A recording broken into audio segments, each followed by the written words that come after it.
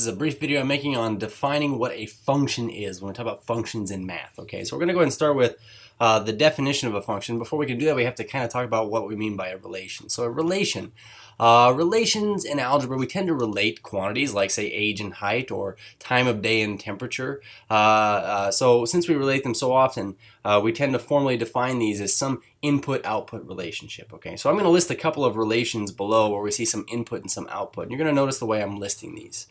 I got a couple of ovals here, and we're going to refer to this as relation A, and then we'll make another one over here. We'll refer to this as relation B. Okay, so this is referred to as relation B.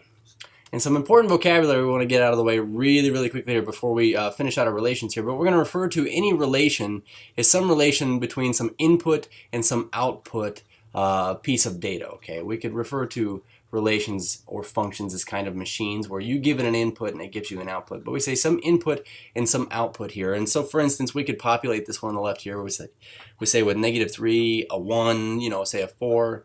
And then how about on the right side? How about a 3, a -2, a 1, and a 4? Okay. And then we'll just populate these over here. We say, I don't know, like -3, 1, 3, 4, 3, we'll stay with small numbers, 1, 2. We'll give that one 3 this time. But anyways, we say we have a couple of relations here. And the first way that I want to show you that we're relating these two sets of things is this. What you see us drawing here is referred to as a mapping. Okay. So a mapping is a way of representing a relationship so we could see which input goes with which output. Okay, so when we talk about this relation here, why don't we draw a relation here? Let's say I say -3 is an input, and when this relation has -3 plugged into it, it gets mapped onto +3. Okay, or we could say maybe 1 maps onto -2, but 1 also maps onto 1.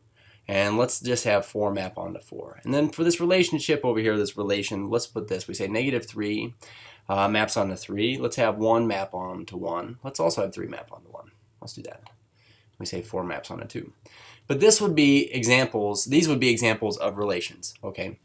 So a relation, if we had to define a relation, we say a relation, you know, I suppose we could write this down, is a mapping of some input to some output. Okay, and that's all we could do is define a relation thusly. Okay, right underneath this though, what I want to do is I want to write in another line here. And what we're going to do in this line is we're going to define what we mean by a function. The cool thing about a function, and this is why we tune in this video, is this. A function, it is a relation. So what you see up here, okay, both of these right here, they are both relations. Does that mean that they're both functions? No, we say a function is a relation. But I'm going to say this, not all relations are necessarily functions. So maybe we make this note here, not all functions, not all relations are functions. Okay, but we say this, functions are relations, yeah, in which all, or we'll say this, every input goes only to one output. And we'll refer to this as being 1-to-1. Okay, so here's the deal. When we talk about relations, we often consider what we call our functions, and we want to kind of specifically focus upon them. But functions, as a definition here, we're going to take a look at this. We say they all are relations, but we say every input goes to only one output. So for the two relation mappings that we see up here, you know, we could say, well, which one is a function? You know, we say which is a function.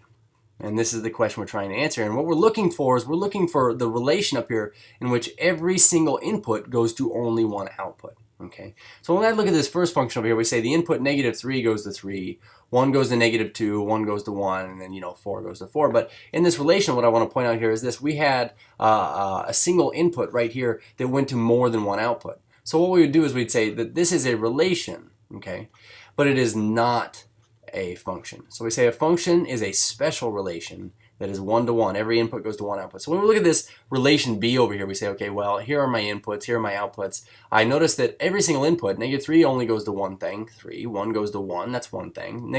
This +3 only goes to 1, and 4 only goes to 2. So this right here would be considered to be a function. Okay, so when we define a function, we just say it is a special relation that is 1-to-1, that is every input goes to one and only one output. Okay. So when we pick up in the next video, we're going to talk about more of what it means to be a function, but how to identify them as well and how to represent them. Cheers.